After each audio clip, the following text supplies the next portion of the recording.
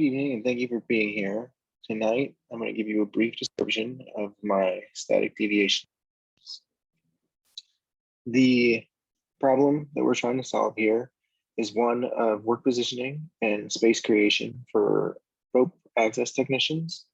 Specifically in the case that brought this to mind, we were working with fiberglass repair and composite technicians. So briefly, what the scenario is when you go over an edge, particularly the edge that you intend to work on, the nature of gravity and ropes puts you in a very close proximity to the working surface. Oftentimes, these technicians are using high-speed orbital sanders and grinders with all types of different abrasives on them. So having those tools in such proximity to one's body, as well as the ropes that you are suspended on, most often at a very great height, can become extraordinarily hazardous. What we're really doing here is we're reducing fall hazard, mitigating it as best as we can, as well as providing peace of mind to the working technician and the company that employs the technician. Here is constructed out of aluminum. That would be the best choice for a strength weight reduction balance. We do want this to be able to support a 2-person load in the event of some kind of rescue scenario. It was critical in our research that the work area, place that you can actually manipulate and slide and move the ropes around on, extends beyond the actual footprint, right? The scenario here is trying to get access to a corner.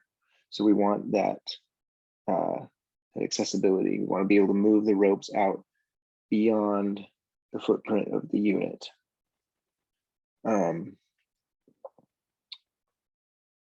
Tiles, deal, they're super critical. You can see we have 3 in the system here. This is a big deal because we want to be able to, it needs to be secure. We want to be able to load share if possible, right? We want to use no less than 2 anchors to hold this onto the work surface at any given time. And if we can get even, it's that much better. The more redundancy we can build into a rope system, the better. One of the beauties of this is also that it can be installed by a single technician.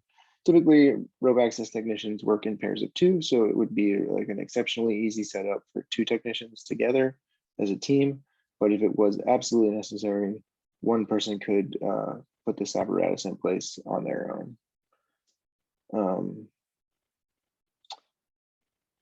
The design was weighed against 2 other designs. One that was kind of a module style design and one that was like a folding style sawhorse. This one ended up coming up the winner because of its exceptional strength and the ability to do it in a way where we reduce edges. Edges are very dangerous for a loaded rope.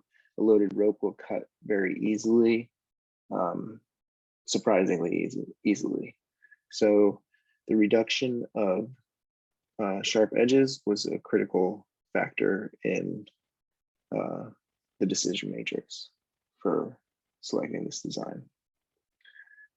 So here we have, this is the first thing like this. Typically in the field right now, like I mentioned, the designs was modeled after a sawhorse, and that was because sawhorses are kind of what gets used from time to time right now. We don't really like that in the field because the wood, it's not exactly rated. It's certainly not rated for a human load, and definitely not that 2-person factor we were talking about. So with this design, we'd be able to get it load rated and certified and have a proper thing for holding technicians in a safe position.